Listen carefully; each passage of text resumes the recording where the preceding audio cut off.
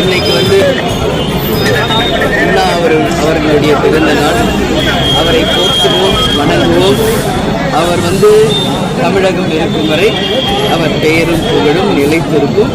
அவருடைய பிறந்த நாளில் திருச்சியில் அவருக்கு சிலைக்கு மாலை அணிவித்தது உண்மையில் மகிழ்ச்சி அடைகிறோம். தேமுதிக சார்பாக அண்ணா அவர்களுக்கு எங்கள் வாழ்த்துக்களை தெரிவித்தோம். பொதுவாக திருச்சினால திருப்பு முனைன்னு சொல்லுவாங்க. என்ன காரணம்?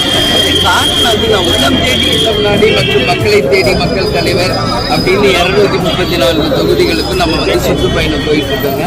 அந்த வகையில் திருச்சி மாவட்டத்துக்கு வந்திருக்கிறோம். எங்களுடைய கள ஆய்வு, அதாவது உள்ளம் தேடி இல்லம் நாடின்னு நிர்வாகிகள் சந்திப்பு, பூத் கமிட்டி அமைத்தல், BL2 அமைத்தல் என்று எங்கள் கழக வளர்ச்சியை நோக்கி ஆலோசனை கூட்டம் முடிச்சுட்டு, அதே போல இன்னைக்கு திருச்சியில் இருக்கின்ற மணப்பாறை, முசிறி போன்ற தொகுதிகளில் ரத யாத்திரையும் முடிச்சு நேற்று கட்சியினுடைய 21வது ஆண்டு விழா. அதனால மணப்பாறையில் ஒரு மாபெரும் ஒரு பொதுக்கூட்டம் நடத்தியிருக்கிறோம்.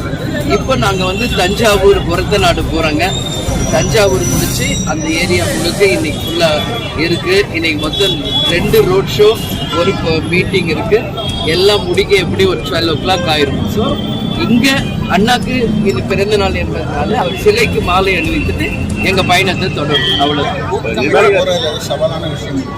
சவால்னா என்னன்னா, இன்னைக்கு தமிழ்நாடு முழுக்க 234 தொகுதியிலும் பூத் கமிட்டி அமைச்சிருக்கிற 3 கட்சி தமிழ்நாடு முழுக்க நான் சொல்றேன். ஒன்று ஆளுங்கட்சி, எதிர்கட்சி, இன்னொன்று தேசிய முற்போக்கு திராவிட கழகம். பூத் கமிட்டி என்பது ஒரு கட்சியின் அணிவேர்.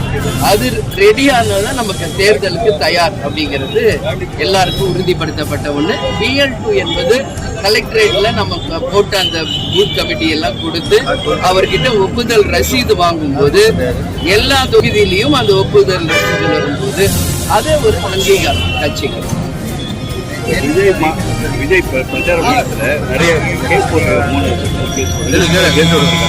மற்ற தலைவர்கள் வரும்போது எந்த ரெஸ்ட்ரிக்ஷனும் இல்லை, பர்டிகுலர் அவருக்கு கொடுத்துருக்காங்க, கேஸ் போட்டிருக்காங்க. அதை எப்படி பார்க்குறீங்க? அவர் பிரச்சாரம் நடத்துகிற விதம் சரியில்லைன்னு நினைக்கிறீங்களா, இல்லை எதிர்கட்சி ஆளுங்கட்சி அவர் எதிராக இருக்குன்னு நினைக்கிறீங்க? அப்படி கிடையாது. இதே திருச்சிக்கு தான் அவரும் வந்தார். அது நம்ம ஒரு நடிகராக அவர் 25